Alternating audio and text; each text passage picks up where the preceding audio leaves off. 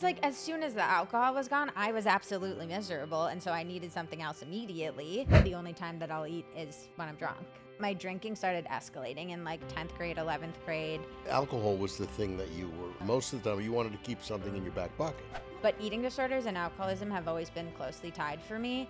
I knew I blacked out all the time, and I didn't, like most alcoholics, I think, like, I didn't want to black out all the time. Went to my first meeting, it was on Zoom because it was during the pandemic. So at some point, we have a twist in the story. So you want to take us along that road? Labeled a slow learner. I always felt a little bit Always felt different. like there was something wrong with me. so embarrassed. Wasn't ready to see I myself. can't go any Don't lower. sell yourself short. Uncovering all those feelings. Everything was lifted at that moment. This really wasn't about not drinking. Hey, welcome to Crosstalk, the best recovery podcast that exists on the face of the interweb. Is that what they call it? The interweb? No, the World Wide Web? The internet? I'm not sure. But anyway, we are a great place for you to land today. Glad that you're here. I want to tell you to subscribe, like, give us your comments. Tell us what you like, what you don't like. I have a great guest today. I want you to really understand that what we try to do in Crosstalk is get a cross-section of different people from different places in the world, different places in our country, and coming from different recovery stories. And we have a really brilliant guest today, Lisa Stanton. I want to welcome Lisa to our podcast. Thank you. I'm excited to be here. Thanks for coming all the way to New York City to be on Crosstalk. Yeah, it's good. Glad you're here. So, Lisa, I know you're in recovery. Yep. And you're kind of in the recovery business, which we'll hear about a little later on. But why don't you just start off, tell us a little bit about your story, how life started. Yeah. So I live in Minnesota now, but I grew up in Lancaster, Pennsylvania, which is just an Amtrak ride away from here. So I was born originally to two parents. I have one older sister, 2 years older than me. Both parents I would describe as highly educated. My mom has a PhD from Princeton. My dad has a master's degree, a very just like upper middle class family. And I always say like nothing notable happened for the first few years of life that I know of, although I've come to learn in recovery that when I tell people my parents got divorced when I was 5, I was like, there was no fighting, there was nothing. And I've had people be like, whether you saw fighting or not, the tension that a child can sense in a household that is falling apart is still palpable and something that I've gone back and looked at in recovery. But I wasn't really noticing it for the first few years of life. What do you remember about those events? Were they things where dad left, you stayed home, or how did that look? Yeah, it was very calm, like as divorces go. So I remember the day actually that my parents told me they were getting divorced. They put me and my sister on the little like L couch in our basement and came down and told us, and my sister burst into tears. And I just like sat there. What age was your sister? She is 2 years older. So I was 5-ish. She was like 7. And I think she's always been better at expressing emotions, and I've always been better at bottling up, and no pun intended, and suppressing emotions. And I think I just thought, like, if I can pretend to be okay, this is all going to be okay. And that day just, like, didn't say much of anything. That's called acting as if. Yeah, acting as if. I was acting as if everything was okay. And I think I just didn't even realize, like, the internal turmoil of trying to basically like it started a pattern of perfectionism that persisted for many years. So dad lived close by and you saw him a lot? Yep. So my dad just moved across town, actually closer to my school than my mom's house was. My mom's was like a 10-minute drive from school. My dad bought a house maybe like 2 blocks from my school. He spent a little time in an apartment first, but eventually landed in that house. So yeah, they live 10 minutes apart. I spent Monday, Wednesday, Friday. I just messed up the schedule. Whatever. I spent 4 days at my mom's house, 3 days at my dad's house, and I switched every day, which is in some ways a crazy schedule, but I saw both parents all the time. Right. And they communicated. You never really saw fighting, but everybody wasn't together that much. Yeah. So I never really saw fighting, but there was just like looking back, there was just a ton of tension all the time, and I was just like living in a state of tension as a result of that. Starting in preschool, which is pretty common when you hear recovery stories, like I felt like I wasn't that good at making friends. I was thinking about myself all the time. I was nervous. I was anxious. I wasn't good at playing well with others. Like I remember coming home from preschool and my mom's like, "Oh, did you make any friends?" And I like described this friend that I made. I'm so excited. And then I tell my mom she has a glass eye. And my mom was like, "Did you make friends with your teacher?" And I was like, "Yeah." Like that was the only, I just like was never good at figuring out other Right. kids. So, and it's because I didn't know until I got into recovery, it's all self-centeredness, right? I walked around the world thinking about myself all day long.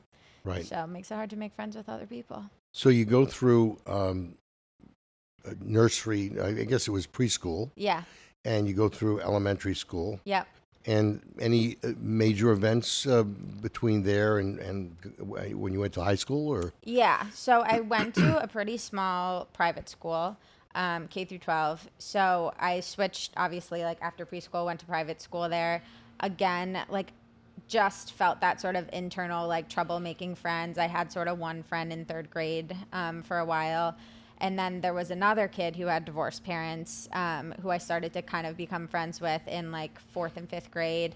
He also had a pretty complicated like family home life situation. And we, I think, kind of like bonded over that. AOL Instant Messenger was big and we used to like message a lot on there. And then in fifth grade, I was coming home from a ski trip with my mom and we got a call from the school that his mom, there was murder-suicide. So his mom had killed him and then committed suicide herself. Hold on. The mom killed the son, and then committed suicide. and that was your friend. Yeah. So that was like my first like close friend, really. So that just kind of like threw me in this tailspin of like the world doesn't make sense. And I think like somehow between the divorce and that, and then right around the same time, like fifth grade ish, my dad, both my parents had gotten remarried, and my dad and stepmom were like trying to adopt this girl who was a couple years younger than me, and her mom was in hospice. Her dad was in prison, and her mom was in hospice, and her mom died. And then my mom was marrying my stepdad, and his ex-wife died of liver stuff, which is probably alcoholism stuff. Like also at the same time. So it was like this mom, there was like this murder suicide related to a mom, and then this mom died and this mom died. And in my little like fifth grade brain, I was just like, it just imploded. Like just nothing made sense about the world anymore. And I think a lot of the like internalized pain stuff started with just like the confusion of those events. And were you able to talk about this trauma that you went through? I mean, not that you were the center of it, but it was in your world. Like they offered grief therapy. I think I went to therapy a little bit, but I was so obsessed with like everything being fine, that acting as if thing, that I really just wanted everything to be fine. And I think I just tried so hard to pretend that everything was fine that counseling you have to say things aren't fine if you want to go to counseling. And I think I just was like not interested in doing that. I remember them offering grief counseling. And I think I went to therapy a couple times because I was having really weird nightmares. Separation anxiety disorder is what it got diagnosed as with my mom because of all of this like mom stuff that was happening, where I would like have nightmares that she was dying. Whenever she dropped me off at my dad's house, I would like have these like flashback feeling things that she was gonna like die before I saw her again. So I went to therapy a little bit for that, but I think I just was like, I don't like this, and then suffered on for a while. Right. So that was fifth grade. Yeah. And between then, let's take us through like your years before you went to college. Yeah. So sixth grade, I got cool for the first time in my life. Well, thank God for that. I know. Thank goodness for that. I don't even know what happened. I literally was in a new homeroom in sixth grade. The school's small, so it's all the same kids. That's what's funnier about it. It's Right. not like I went to middle school and like found myself.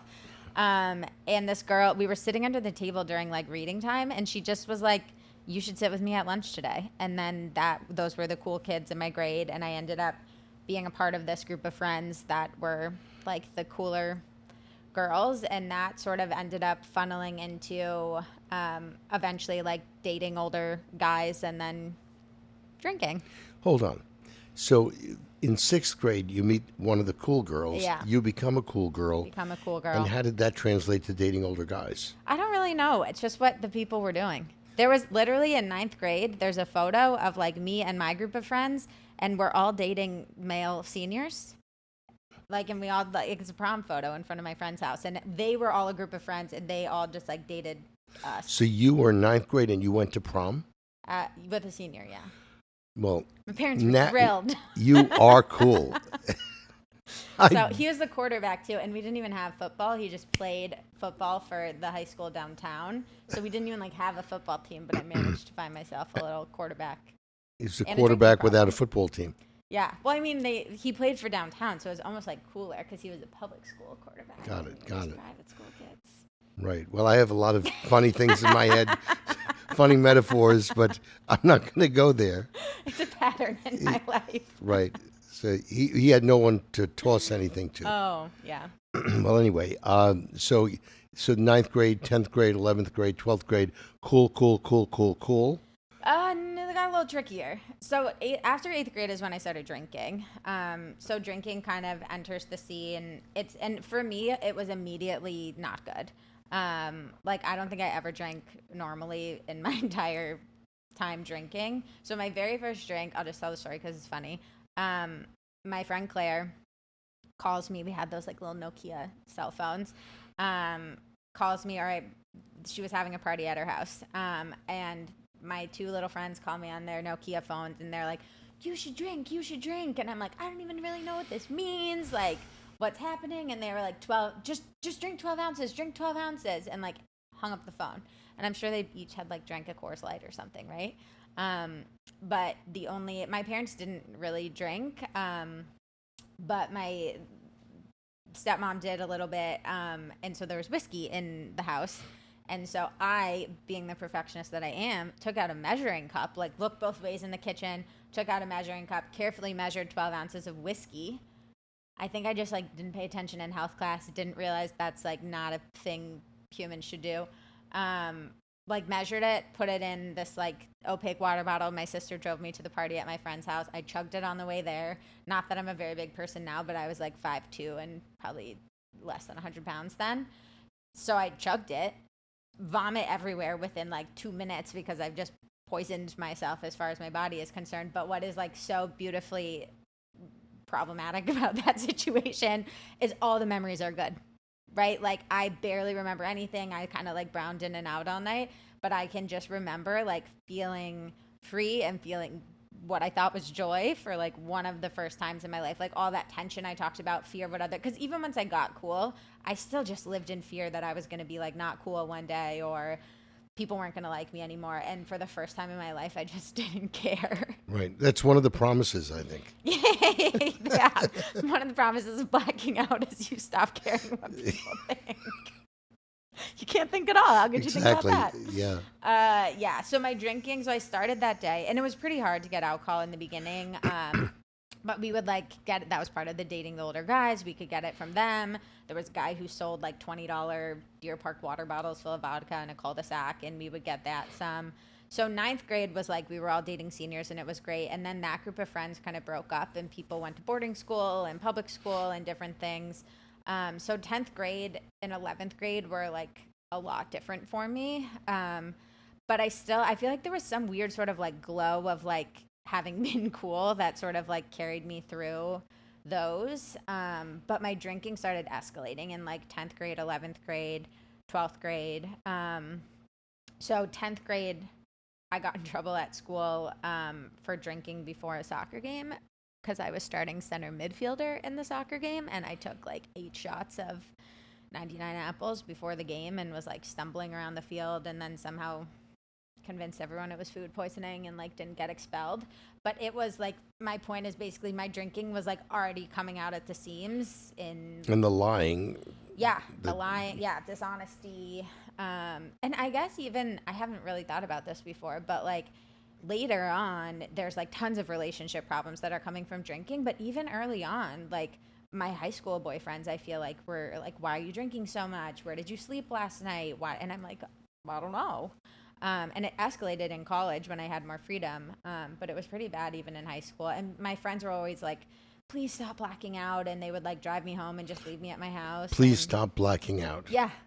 I wish I could. Please stop black. I It's don't like want to black talk- out either. It's like talking to a plant and say, please stop growing. Yeah. Yeah, please stop blacking out. So it was just it was a mess, like just much of the time. My mom videoed me one time, like when someone dropped me off like blacked out, and my mom videoed me to show me in the morning. And What'd that do? not a lot, right? Were you, did you try to explain it away? Or did you just acknowledge it? You owned it. I mean, you couldn't explain away what was in this video. Oh, you can. You can. You can explain it away. I mean, we see it on any cable news network. Everything's explained away Yeah. every day. Yeah, I mean, I'm sure I gave some reason, but by that time I was coming home drunk so often and getting in trouble so often. It was almost like that, like you're permanently grounded, so I'm not grounded at all because I'll just sneak out because I'm permanently grounded thing. Yeah, permanent grounding is Yeah. like not grounding at all. Yeah, and then they've sort of switched from like we're mad at you to like we're just disappointed and we really want you to like Right. find something. So my biggest excuse, I guess now that I'm thinking about it, and I don't even know if it was dishonest or if I was genuinely confused, is also in 10th grade. I started my like eating disorder journey is what I was about to call it. But eating disorders and alcoholism have always been closely tied for me. And I was like extremely anorexic during 10th grade, which is like when the soccer thing happened. So I went from like, I was 5'3" back then and like probably 115 when I started to like 88 pounds by December of my sophomore year of high school. So I would just be like, well, I didn't eat today and that's why it's so bad. And What, was it diagnosed, the eating disorder? yeah. And so you knew that you had the issue. Yeah. Did you do anything with it? Yeah, so I went to like I had a therapist, I had a dietitian, there was a whole like eating disorder treatment team, and I think that actually took a lot of the spotlight away from the substances because I would tell my mom the only time that I'll eat is when I'm drunk. Right? I almost got her to keep wine in the house when I was 17 because I convinced her that was like how I was better at eating and it made me feel calmer, and then I was like better able to eat when I had it. How long did that last? She didn't actually do it, but we got close. Very, Because very parents smart. are that desperate to like help me not die of the eating disorder. Very smart. Yeah. See, the respect that I had for you to start with is now enhanced. Increasing. It's like skyrocketed. Yeah, if only I'd actually gotten all the way there. Yeah, you didn't quite make it. That's No, true. But no. the try is worth everything. And the irony also, so it eventually like changes from anorexia to binge eating disorder to bulimia, and then I was just like bulimic for many years. But what's so weird is I could never throw up like from drinking, Right. but I could make myself throw up as needed to be skinny. Interesting. Well, it's a question of, what your motivation is. Yeah, strongly motivated to need to keep my alcohol and to regulate my weight through crazy behavior. So the insanity of your high school probably directly related to the difficulties earlier, Yeah. the loss, the divorce, the trauma that you suffered. There's a nexus there that is pretty easy to see. Yeah. But what's crazy is I didn't until like we'll eventually get there. I come into recovery at 29 years old and I didn't connect any of it. I like literally, like I feel like the way that people talk about, I never really ended up, oddly, I think because the central thing was eating disorders. I never ended up in like an alcohol treatment when I was in high school or college or anything. And people treat it like eating disorders fall out of the sky. They're like, oh, weird, we're going to teach you how to eat eggs again. But they're not like, maybe it's all of the anger and fear that you're carrying from your childhood that is the reason that you're so terrified of egg yolks. Like no one puts that together. Right. It's just like it fell out of the sky. So I really didn't like put any of this together. I mean, early on too, like in preschool, I had a sticker phobia. Like I was terrified of stickers. Like my teachers knew not to put them on papers. Like it was nuts. And then I had OCD with light switches. Like I couldn't leave the room, or I thought my mom was going to die if I didn't flick it 9 times. So there was like things coming unscrewed from all the trauma early on. And what's interesting is like those things kind of faded away when I started drinking, when I started obsessing about body image instead of obsessing about light switches. Interesting. So you graduate yeah. high school, you do well? I did well. I got 1 B+ from Miss Quinn in 9th grade. Otherwise, I had all A's. The fuck is wrong with her? I know. I want. It's funny that I still remember European Civilization was a class. It's really interesting how we remember those things. Yeah. Yeah, I got 1B in college too, sociological theory. You know, it's interesting. Over the years, in recovery, there have been a lot of people that there's a lot of people that we help, Yeah. but the people who we couldn't help, the ones who didn't make it, Yeah.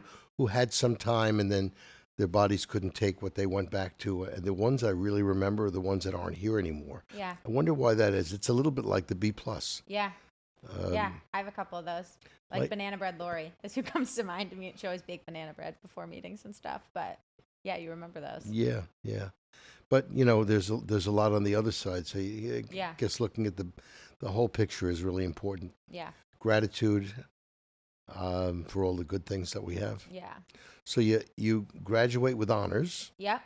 and you go to college. I went to college. Mama is a Princeton Yeah. lady. You're not going to go didn't get a get it. job at the around the corner or anything. No, I got an interview at Princeton, but I didn't get in. They also sent this like very attractive guy. I was just telling my husband this yesterday. I don't know how he felt about this, but we were walking around Princeton and I was like, they sent this really attractive guy to interview him. And I feel like that wasn't fair. He was like a football player from Princeton. And I was like, this is like not a fair, I can't speak, but it's not because, Right. You stuttered a little bit. yeah. Yeah. I was like, send me like a field hockey girl or something. Like, Exactly. This is, yeah.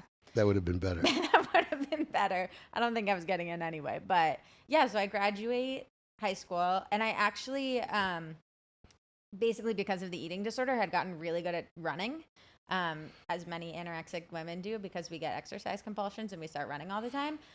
So I actually went to University of Richmond in Virginia to run track and cross country for them at the Division I level Wow. because of my eating disorder. So that's sort of great in its own way. And then it's not exactly an athletic scholarship, but colleges sometimes like give you, my mom's always like, it was because of your merit too. So, but the coach helped me get it. So I got like 30 grand a year related to my eating disorder. So there are gifts of compulsions, even though most of the So you outcomes are got bad. some scholarship money. Mommy's proud. Yep. Yep. So went there to run. And the fall of my freshman year, my leg broke. And I say it that way only because I didn't break my leg. I didn't fall. I didn't run into anything. I was just so malnourished and drinking so much that my bones were just like, hey, you can't run 90 miles a week and not eat and do what you're doing. Did it happen during a practice or a race? Yeah, so I had gotten, what they think happened is I had a stress fracture and then I just kept running on it because I didn't want to complain about pain. And so it cracked. It ended up cracking like 3/4 of the way through my shin. Wow. So then I was done running, at least for a while. Pain medication? Not really. I don't remember any. I know I struggled a little bit with that in high school. It's hard for me to remember for whatever reason. And I don't think I'm just like blocking it out. But I know I used to like steal some from my parents in high school. I don't really remember in college. Probably it was just too hard to get. But I started drinking a ton after I quit, and that's a great pain medication also.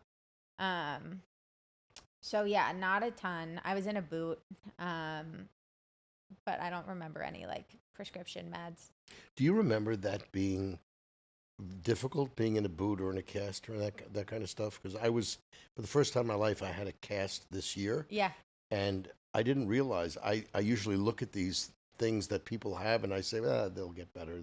yeah, I give it such short thrift, I don't even notice it. yeah, When you have it on your own body, oh my goodness, it's horrible. yeah.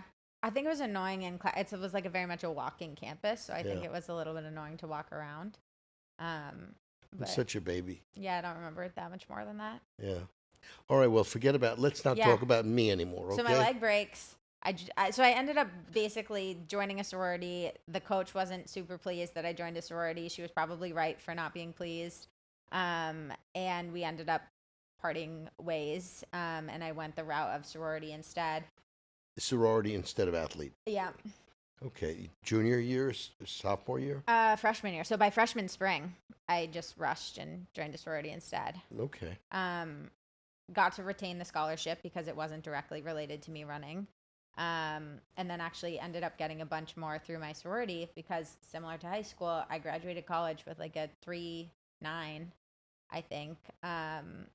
And was like simultaneously like scholarship chair of my sorority, won all the academic awards because no one in my sorority besides me was getting like a near Were you able to 4.0. get good grades during? Yeah. I mean, I had that 1B In college. sophomore year. Yeah, I had 1B sophomore year. But other than that, Now, when you say 1B, the implicit in that is everything else was A's. everything else was A's. Really? I think my college, I can't remember. Like it's either like 3.88 or like 3.92. It's either side of 3.9 was my GPA. Wow.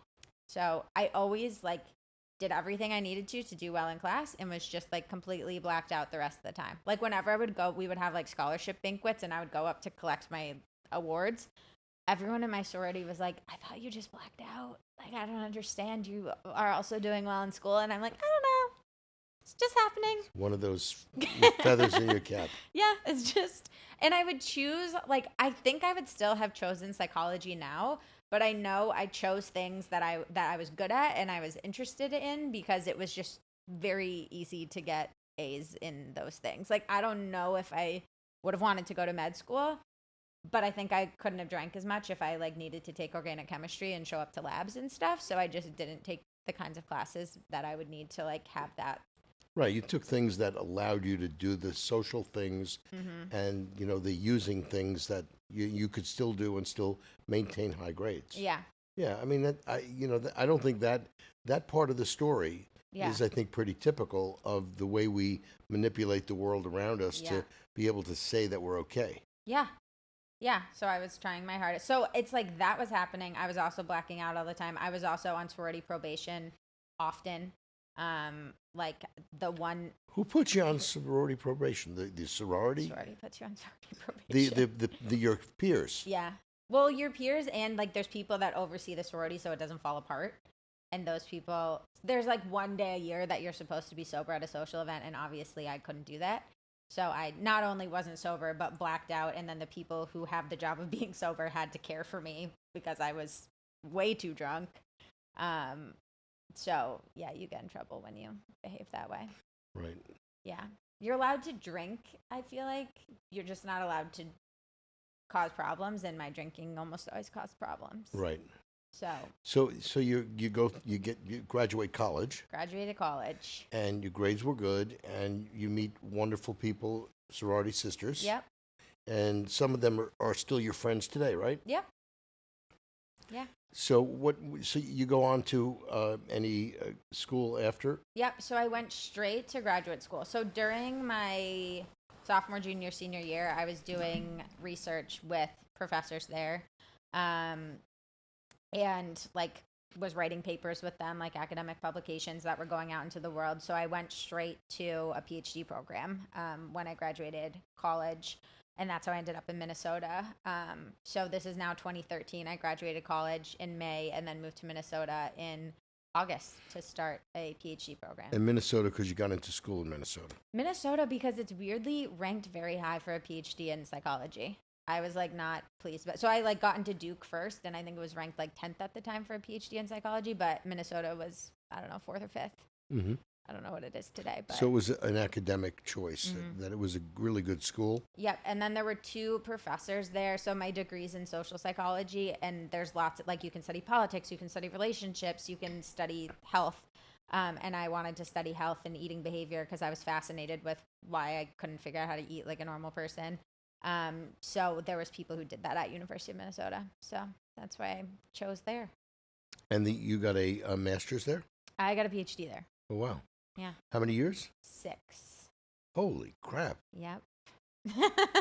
So my whole 20s, 22 to 28, I was. Mom must have been really proud. Yeah. I thought I was proud too. Well, you were doing good Yeah. things. It wasn't all bad. Yeah. It was like the same pattern the whole time. Good things were happening and problematic things were happening. So at some point, Yeah. we have a twist in the Yeah. story. A bottom, sometimes we call it. Yep. So you want to take us along that road? Yeah. So I'll start by saying, like, I feel like the bottom sort of started to evolve when I was in college. So my first ever experience of people being like, you have a problem with drinking, you need to figure out, was in college.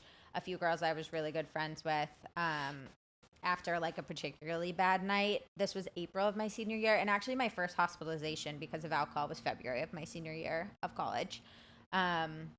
So things were like devolving in the spring of that senior year. They pulled me aside and were like, something's wrong with you. We don't know what it is, but like your drinking's worse than it's ever been.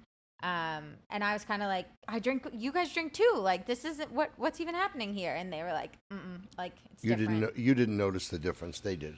I think I did. I think I just liked excuses. I mean, like, I knew I blacked out all the time, and I didn't, like most alcoholics, I think, like, I didn't want to black out all the time. I just kept not being able to not black out. I remember wanting to get the answer from the people I was using with. Yeah. I was hoping that they would provide the answer as to how it is I'm supposed to get my stuff together. Yeah.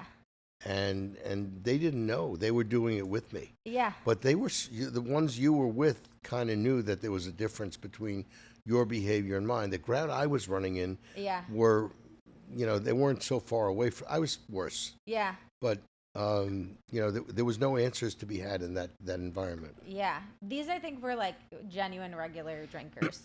And not that everyone in my whole sorority was, but the people who pulled me, the close friends who pulled me aside at the end, I think, like, looking at their drinking, they're just regular, take it or leave it kind of people, which I think is why they could see that, like, something was really off in what was happening with me. And also, like, there was consequences building up. Like, I somehow, bless his heart, had a boyfriend for most of college, and I would just black out, wake up in a fraternity house, not know where I was, wake up over here, wake up over there. We would fight about it. Somehow we wouldn't break up. Then we would break up, get back to, right, like, it was nuts that he just, like, kept coming back. I feel like he loved me the way you, like, love a stray dog. I'm not really sure, but where you're like, oh, there's, like, something wrong here, but I just love her and I don't know why. Right. But I mean, I've made amends to him now, but, like, the trauma I must have caused him. So, and none of my other friends were, like, blacking out and waking up in places where they didn't know, or occasionally maybe that was happening, but that wasn't happening, like, every weekend and just causing all these problems. So it was different, I think. And so the two of them had pulled me aside. One of them, her dad was in recovery in Boston. And so they were like, he said to take you to a meeting. So we're going to go to a meeting. So they took me to a recovery meeting. And I walked in. This is what year? This is senior year of college. Okay. So this is 2013. So your first meeting ever is in 2013. Mm-hmm. Okay. And we know that you continued drinking thereafter. For 7 more years. So what was the first meeting like for you? Was it a I'm not like them kind of meeting? 100%. So I made us drive really far away from Richmond, or at least really far in my head. It was probably 20 minutes, because I didn't want to see anyone I knew. I don't know who I thought I was going to see there. Everyone I know drinks. No one would be at that meeting. But we drive to this meeting, and it was just like what I remember is like old rural farmers with no teeth. They were probably like 35 and they had all their teeth, but I just like couldn't see similarities because I wasn't ready. Right. So that was May, and then I don't really remember that summer, but I moved to Minnesota in August and like moved in with 2 girls I didn't know who were also starting grad school, made some friends. And that first weekend in Minnesota, I like drank way too much per always. And then they were also normal people who were like, are you okay? Like, what? And I'm like, oh, this has never happened, right? Like, you don't say like, oh, this actually happens every weekend. I thought it would be better now that I like live in the tundra. And so I took myself actually to my second ever meeting that Sunday night at a club that I still go to now. And like, I just remember being hungover and like sweating a lot. And what I remember from that night is hearing, I know it's one day at a time, but I remember hearing like, these people never drank again. And I was like, I'm not that bad. Like, I don't need that. I don't need to never drink again. I just need to not You just black need to out. learn how to do it so you don't it doesn't get out of hand. Yeah, like this is extreme. And they gave me a big book and they put a little pamphlet in it, and I left and I didn't come back for 7 years. But I never threw away that book. Like, it's still, I feel like part of the journey is like that book. And I moved probably like 7 times. Do you have the book now? I don't think I have that copy of it anymore. I don't know where it went, but it followed me until I came back in 2020. So getting to the bottom though. So I finished grad school, basically like by the grace of God, which I didn't even believe God existed back then. He might not. Back then, it probably didn't exist. Yeah, he didn't exist. Yeah. He came online in 2020. It was pretty much with the pandemic. Yeah. Enter, you know. That's, yeah. So I found this boyfriend. So men trying to save me as part of the whole journey. I found this boyfriend who gave me a drinking ultimatum, who was like, you can't, like, I'm going to break up with you if you don't stop drinking. And this is like 2 months before I'm going to finish grad school. And I need to finish writing this 200-page dissertation. Good timing. Yeah. So he babysits me basically for 2 months. I finish the paper, turn it in. I was actually just looking through old photos on my phone, and there's a picture of me drinking a Manhattan on the rooftop of this bar, like as soon as I turned it in. Because I convinced him that like I was just so stressed about the dissertation needing to be turned in. That's why my drinking was bad. And that day, I remember I drank like 7 Manhattans and like face planted on that roof, and I didn't prove my point very well. Right. Yeah, turns out I How'd that relationship end? He actually, people stay. I don't know why.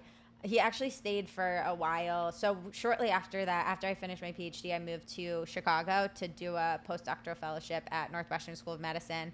And we stayed together when I first moved to Chicago. But I was like blacking out and losing my phone and sleeping with other people. And Didn't work. he didn't like that. Yeah.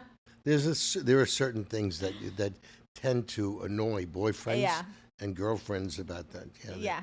The drinking is towards the top of the list, but Yeah. not being faithful maybe a bummer. Yeah. Yeah. I got it. Yeah. So you're in Chicago, Yep. still drinking. Yep. You've been to meetings now in Virginia, Yep. Minnesota. Yep. You find meetings in Chicago. I did not. So you do the whole postdoctoral thing is while you're drinking 2020, 2021? So 2019, I started the fellowship. So I moved to September and August, and then the world shuts down in March-ish of that year. So it had gotten pretty bad. January, February, I had a work trip where I was in New Orleans, and then I was in Austin. I got COVID. I think I couldn't smell or taste when I came back, but COVID wasn't really like cool yet, so I didn't know that that's what I had. So I had come back to Chicago, and like my drinking was, I would say, devolving to a point where I don't know if you can actually like lose a job as a postdoctoral fellow, because Northwestern wasn't even paying me. The National Institute of Health was paying me.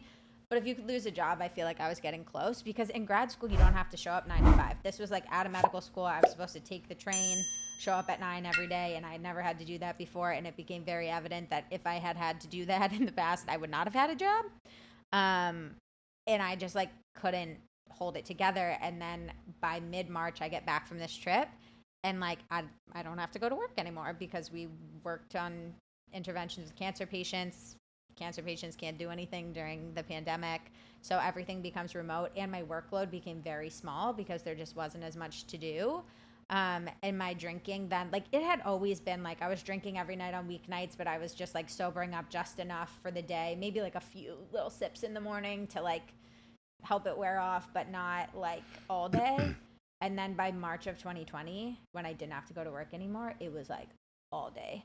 And I was pretty much leaving the house just to like go get boxed wine at Trader Joe's and like bring it back and just like keep drinking all day long. So for the first time in my life, I mean, it had been all day for like 5 days over long weekends before, 3 days over long weekends and stuff like that. But it had never been like all day, 7 days a week. So in the early part of the pandemic, drinking accelerates, work Yeah. kind of goes away. Yep.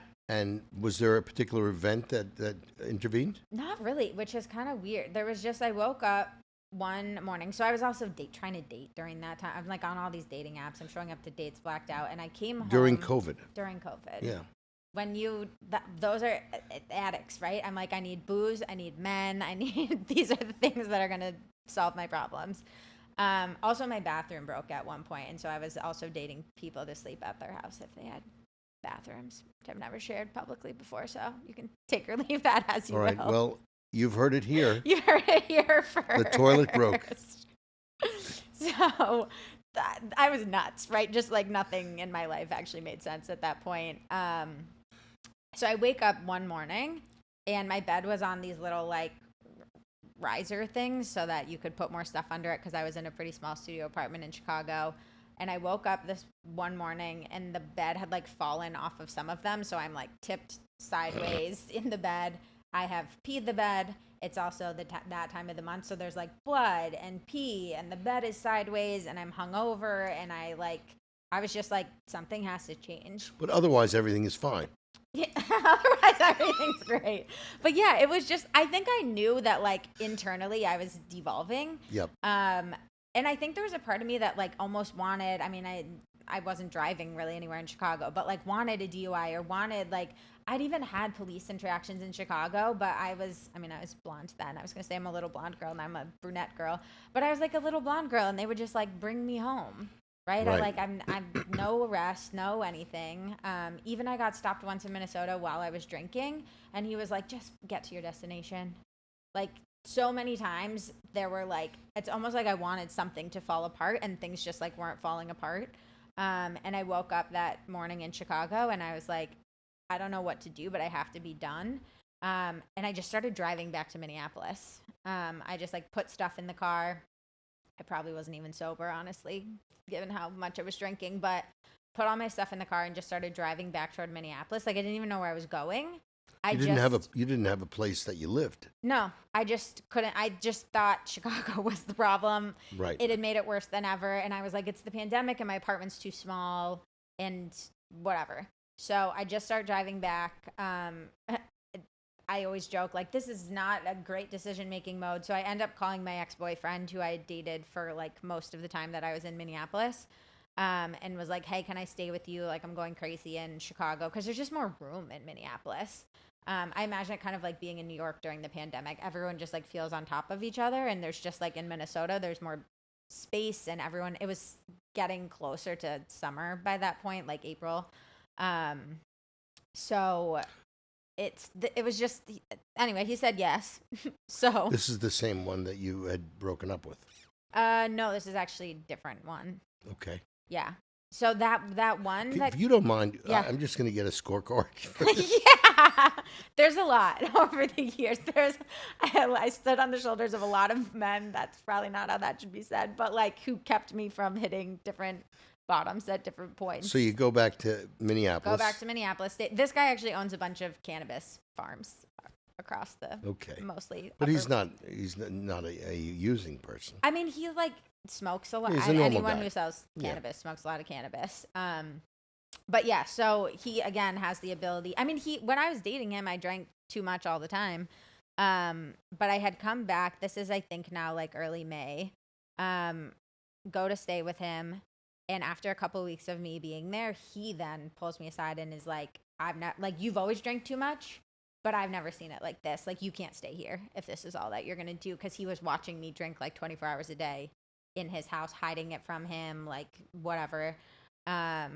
He's like, you can't be here anymore. So as a good alcoholic does, I got mad. This was like right before Memorial Day weekend. I got mad at him. There's a lake called Lake Minnetonka where there's just people like partying all the time in the summer in Minnesota. I went to the lake, went on this like 5-day bender, and then like woke up at a party actually on the like Tuesday after Memorial Day. I was supposed to be on meetings for work. I just like didn't even know where my laptop was, didn't know where my car was. That was the day I almost got a DUI and didn't. And like that morning, my friends like came downstairs, was pouring wine. He probably is an alcoholic, but was pouring wine into a coffee cup. It's like 8:00 in the morning. And he said, "Do you want some?" And for me, the answer is always yes. Like I absolutely do, especially if you're going to make it normal by you drinking also and not me by myself at 8 a.m. And for some reason, I just like said no. Like I woke up that morning and like knew that I was done. And of course, my sobriety date doesn't come for 7 months, but within a couple days of that, I called one of those girls from college who's actually married to someone who's sober now, and was like, I don't know what to do anymore. Like, can you put Mike on the phone? And he gets on the phone and is like, go to a meeting. And I was like, I tried those meetings. I don't want to go to those meetings. They suck. Like they're not for me. And he was like, I've got nothing for you then. So I like detoxed just on the couch for a couple more days. The boyfriend had let me like come back once I said that I was going to try to get sober.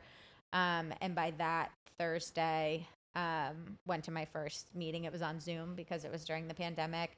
By that Sunday, had my first sponsor, and then like started my actual journey in recovery. So you really started on Zoom during the pandemic. Yeah. But you said it was 7 months until you got your sober date. Mm-hmm. So you had some different experiences that you fell off a few times. Yeah, kind of. I first had a lot of trouble admitting that like addiction is everything. So I was willing to admit that I had an alcohol problem, but I was not willing at first to admit that I had an anything else problem. What's that mean? Oh, like anything. Weed, mushrooms, LSD, cocaine. Like they were all still like fair play in my mind. Which of course keeps extending your sobriety date. Whether I like it or not, that's what was happening. Well, alcohol was the thing that you were most of the time. You wanted to keep something in your back pocket. Well, it's like as soon as the alcohol was gone, I was absolutely miserable, and so I needed something else immediately. I didn't realize that if you actually like do a program of recovery, you can get to a point where you can just live in the world. And be happy. And be happy. Yeah, right. I can just live in the world anxious without a program of recovery. Right.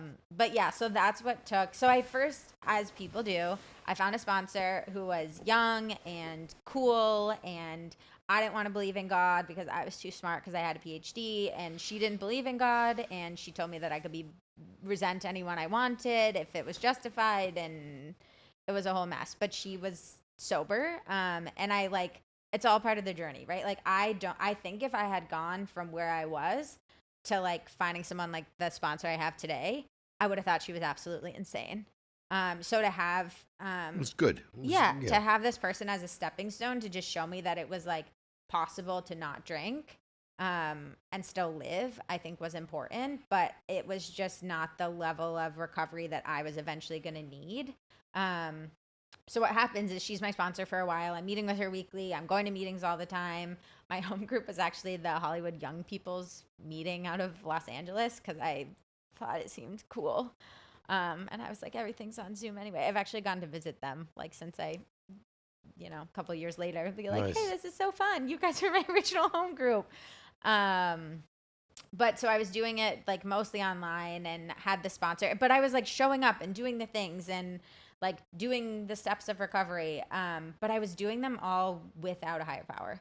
And I have come to learn that for me, doesn't get me to the point that I need to be at I think in the end it was going to be actually stay sober. So I get to December of 2020 and I was more miserable than I had ever been in my entire life. Like drinking or not drinking, hungover or not hungover. By December of that year, I mostly had stopped. Like I was sober. So I had finally been convinced. I don't even know. There were so many weird things that like Phenibut was this weird thing I was ordering on the internet that definitely doesn't count as sober. So I'd gotten like all of those out of my system. And then realized how like anxious, confused, miserable. So I just start like collecting all these diagnoses, right? Like, oh, I have generalized anxiety disorder. I have panic disorder. I have whatever. So I was having daily panic attacks. What does collecting them mean? I just mean I'm like going to a psychologist and being like, there's something wrong with me. And they're like, oh yes, you're anxious. But like, I'm not seeing that as like something that can be dealt with in recovery. I'm seeing that as like, okay, I'm going to need this medication for this and this medication for this. And it was kind of just nutty. And I get to December of that year. And for me, we're December 2020. December 2020. So like 6-7 months into this journey that I'm trying.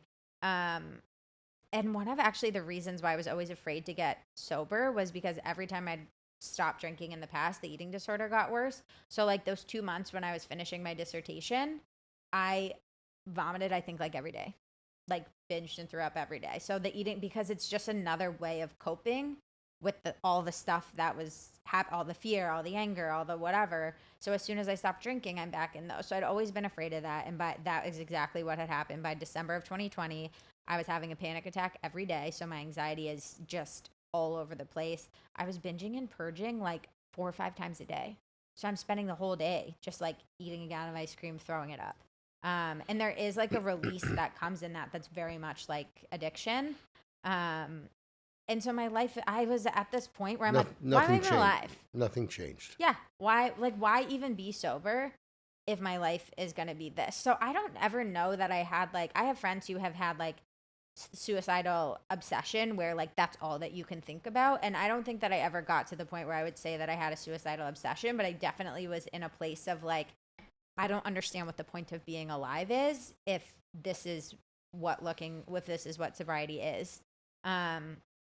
And that is when I basically became open-minded enough to try this new meeting. People kept telling me, like, you got to try this other meeting. Because I was only going to young people's meetings where everyone, like, doesn't do God and we're all cool and angsty and have a lot of piercings, although I didn't have a lot of piercings.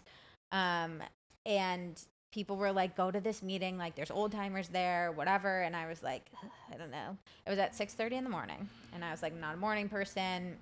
No. And then Christmas Eve of 2020, I had like an overnight panic attack thing. So I was up at 6 a.m. anyway, Christmas morning. And I was like, all right, we're going to go for it. It was a physical meeting or an online physical meeting? Okay. So it was one of the only in-person meetings happening in Minneapolis at the time. It was in a warehouse instead of in like a church or something. So I think they just like weren't doing the policies that anywhere else was. So there's like 40 people in there on Christmas morning. So I go to this in-person meeting. It's like a snowstorm, like doesn't even matter. I've already committed. I'm awake. I'm going. I walk into this meeting late because I sat outside for a while after I get all the way there. And then I'm like, it's Christmas morning. Like probably only like loser people are here. Like who else is going to have nothing to do Christmas morning? Like this is going to suck. So I finally get myself to go in. And then like, I don't know how to explain it except like something about me, I think had like hit a real rock bottom that I like became open-minded that day. And that meeting remains my home group today.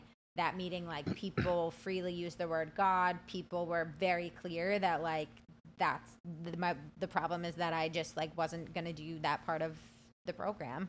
And something like, I just got so curious, I think is the only way that I can explain it. Like I just had this motivation and drive of like, these people have something that I cannot explain, but that there's like this engine pushing me toward. And I started showing up to that meeting every single day. They do a different meeting on Saturdays. It's a Sunday to Friday meeting, and then they all go to the same place on Saturday. So I started going every single day. There was like a big book study that was starting associated with that meeting. I started going to that every week. And just like really opening up to really God in a way that I hadn't before. And then my sobriety date is January 4th of 2021. And that's a day where I had asked someone who went to that meeting, who's now my husband, to the 13th step, to like, what are you doing? Like he's so happy. I'm like, what do you do? And he was like, I'll show you. Hop in the truck. So we like drive to St. Paul, which feels very far away when you're in Minneapolis, and drive up to what I now know to be a church. And we like go to walk in, and I'm like, what are you doing? Yeah. Why are we here? What does this have to do with anything? And he's like, just stop talking. Follow me.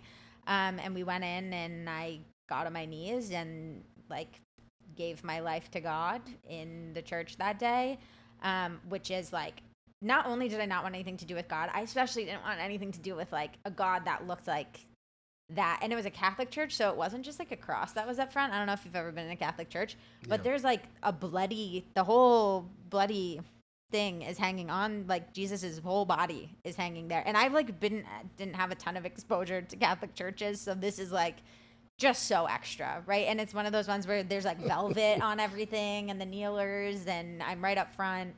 But I like, God is present everywhere, right? I by no means think that I had to be inside of that building for that to happen, but something happened inside of that building that day where I like felt something that I now describe as God's grace. I would never have even used that word at the time. But that I now know, like, that's what was moving. You were ready. I was ready. That's what was moving that day. And that date is now my sobriety date. I, of course, didn't know that day that date was going to be my sobriety date. Right. But you know, at the end of the day, it really is all about us, and when we are ready Yeah. to accept those things that are real about us, Yeah. the truth about us, the things that everybody's been telling us along the way, and we said, no, no, no, but you don't understand, Yeah. and there it is. Yeah. To be able to say, like, I was wrong. Yeah, I mean, that's all it is. Yeah. Oops. Oops. It's a big oopsie I daisy. was wrong about everything. It's a big oopsie daisy. Yeah. Yeah. I was wrong. Sorry, everyone. I don't think I've cracked up doing Yeah. an interview yet, but so you not only do you find God Yeah. and you have a sobriety date, you find a husband. I found a husband. How's that going? It's going great. He was not that wasn't part of the plan to Right. begin with. In some ways, I think it's actually pretty cool because he's heard my whole fifth step. So there's no secrets in the household. Like, he knows the entire history, like all the patterns, all the relationships, all the everything that happened, which is actually pretty cool. And it's also, he was the one who like really explained the pieces of the steps that were missing to me, which you don't have to marry someone for that to be the case.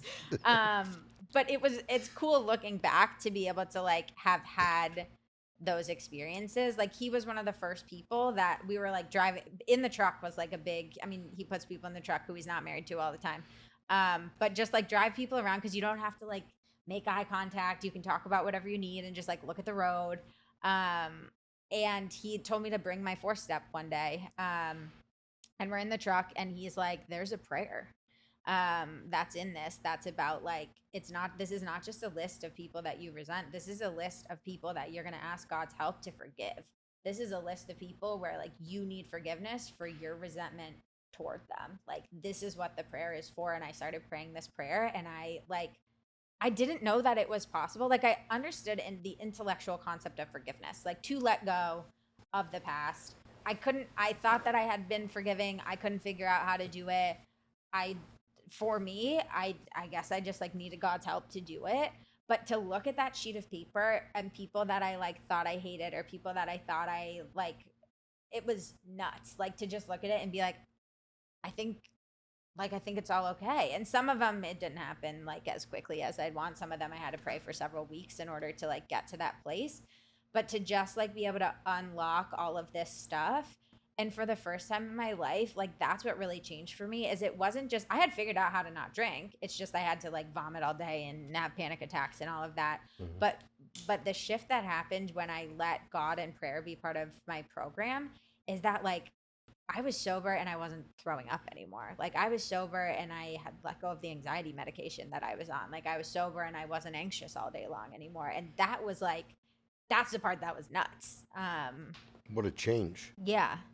And so in your recovery, you have used your vast educational knowledge to do something productive, to share what you've learned with the world. Yeah. Tell me a little bit about what what's your crazy harebrained scheme? Yeah. It's an accident. I feel like all good things are. I think my brain is actually the one thing I've learned is my brain produces a lot of thoughts. A lot of them are not useful.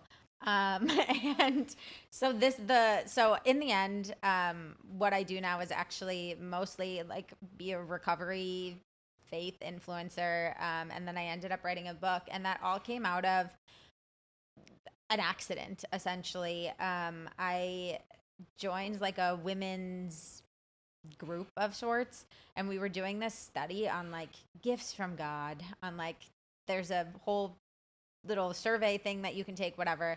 And mine came up as writing. And I was like, and one of the big things in this, like, I don't know, inventory of what God's gifts might be for you, is that like, if you're super well trained in something, it might come up as a gift, even though it's not a gift. And I was like, I have a PhD. I'm just really well trained in writing. It has nothing to do with being a gift. And there's this like 70-year-old lady named Sandy who lives in Kentucky, who is my mentor in this program. And she was like, no, it's writing. And I was like, it's not, Sandy. Like, and she was like, it's writing and you're going to try it.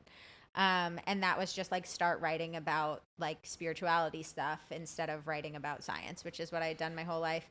And so I sat down, said a prayer, and was like, God, just like speak through. What do you want me to do? And it turned out to be this sort of like 750-ish word essay, like a little 3-page essay on, I can't even remember. I think it was gratitude. And then like the next Thursday I sat down and did it again, and it was like the same length, but on a completely different topic that I've been like thinking about in recovery. And so every Thursday I started writing a little essay, and I was texting out a Google. So I was writing it in Google Docs and texting a link to like my sponsees, my friends, whatever. And then I started texting it to like people would tell other people. And then there was like 50 people that I was having to text this thing out to. And so I sent everyone a text one week that was like, hey, I'm just going to put these on Instagram. And then you guys can just go read them on Instagram. And then I don't have to send them to you all. You can just go, like, it was just, I didn't know how to build a website. It was just a centralized place to like put these things that I was writing. And then strangers who I didn't know started also following the essays. And then I realized that if I wanted strangers to follow, I was going to have to make videos and stuff because people don't just read. Now, I just want to stop a second. Yeah. Everything you say makes sense. Yeah. Other than the fact that you said strangers that you don't know. True, there are not strangers that I do know. But pardon me for pointing it out. Yeah, no, that's good. People I don't know. That actually could be in Yogi's book. Yeah. Strangers. Yeah, that's the title. My second book is going to be called Strangers I Don't Know. Exactly. Perfect. All we do is sit here and talk about how the hell we got to where we are. And people like to know we live by stories. You were talking about one of the chapters in the book is about stories. Yeah. Everybody's story is different. Everybody's face is different. Everybody's fingerprint is different. Yeah. And we learn from each other. That's how we do it. Right. If you don't like this episode, try a different episode and get someone totally different. Exactly. Don't leave the podcast. Just go to a different episode and it'll be fine. That's right. It's just like the churches and the pews Yep. and the different meetings. Yeah. Different meetings. You find one that you like. Yeah. Good. Thanks so much, Lisa. Yeah. I appreciate it. Thank you. Okay.